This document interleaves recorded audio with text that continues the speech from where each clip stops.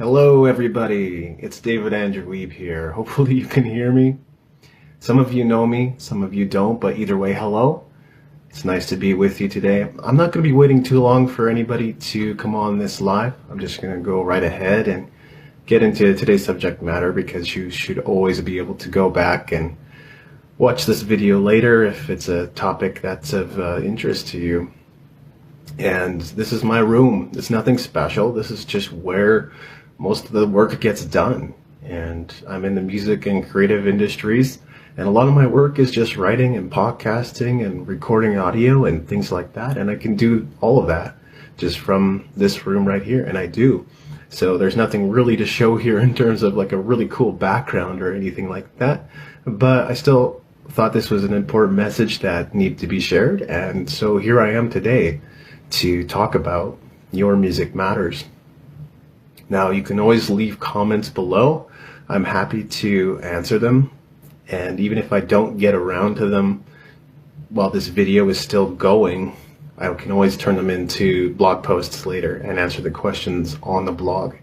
And by the way, there is a very basic blog at yourmusicmatters2.blogspot.com. So that's yourmusicmatters2.blogspot.com.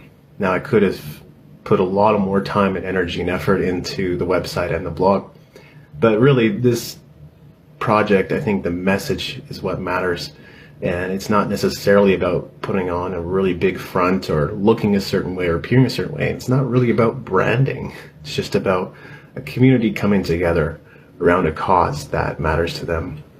And so far I've talked to a few people who've expressed interest in being a part of this. So I'm not doing this all alone either, and I'm not planning to do this all alone. In fact, maybe I'll be the face of it in the sense that here I am doing a Facebook Live, but there's a lot of people that I want to enlist in this project to develop it and to make it what it's going to become. Now, if you see me looking over there, it's just because my notes are right there. So why start another project? I figured I would spend some time talking about this because anybody who knows me knows that I've already got lots of projects. I don't really need another project. I'm making a good living doing what I do.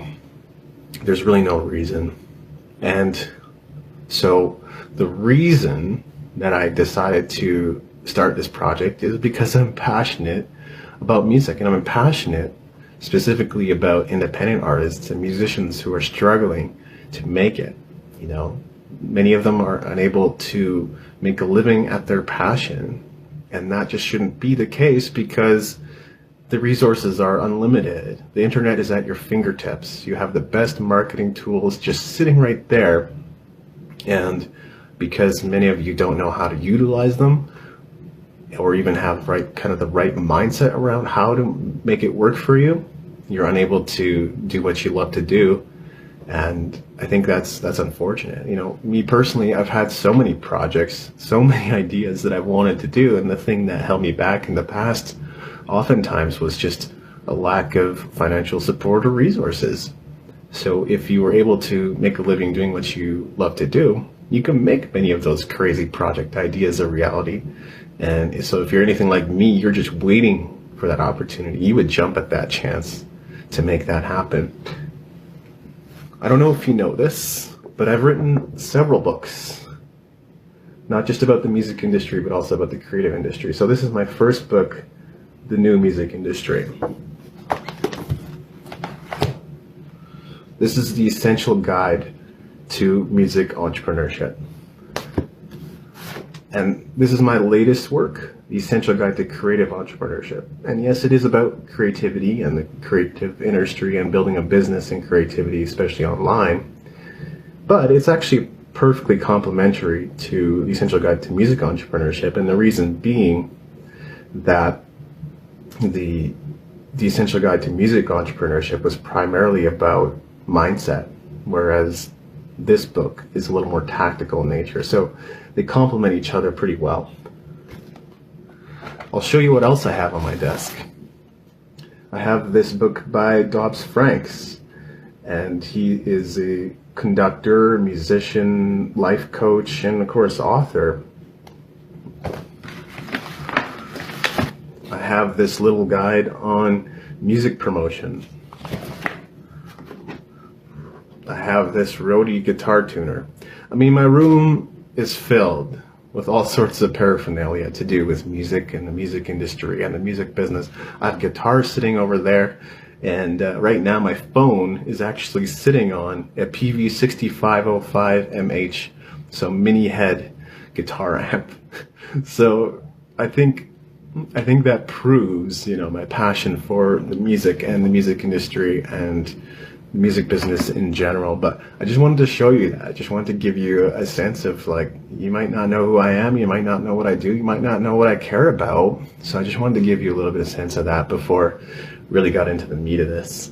So what is Your Music Matters? I think you can tell that it's a new project, it's a new community project, it's something to do with music and musicians, and it's something to do, if you read the tagline that we have, then it's something to do with teaching musicians and helping musicians become better at what they do, especially in the realm of marketing. And those are some, fairly correct assumptions. But it is a community project in the sense that it's not for profit. Doesn't mean we don't need money, and I will be talking a little bit more about that later. But, this is something that I didn't want to do for profit. I have so many other things that I am doing for profit, especially the work I do at the Music Entrepreneur HQ, and you can tell that I have several books, and I have a couple more books coming out.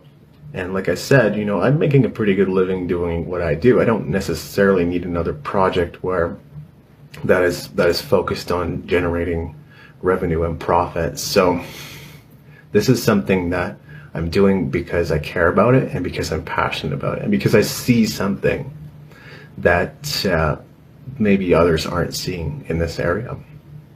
So just to give you a little more context around that, what's happening right now is musicians are leaving school, or they're leaving the care of their teacher, or what have you, without any knowledge as to how to promote their music. They don't know much about social media.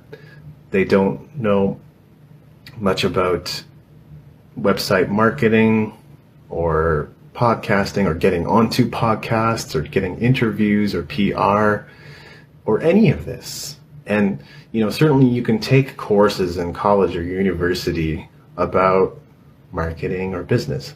The problem is, there's so many things that are really unique to the music industry.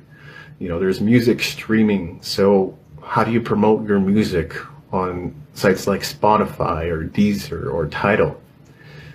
There's music distribution. So how do I utilize tools like CD Baby or TuneCore or Ditto Music or any of the other distributors that are out there? There's so much more to music marketing. And someone said to me recently, and I really like this, if you can learn to market music, you can learn to market just about anything. And I think there's some truth to that because of the difficulty involved in marketing your music. So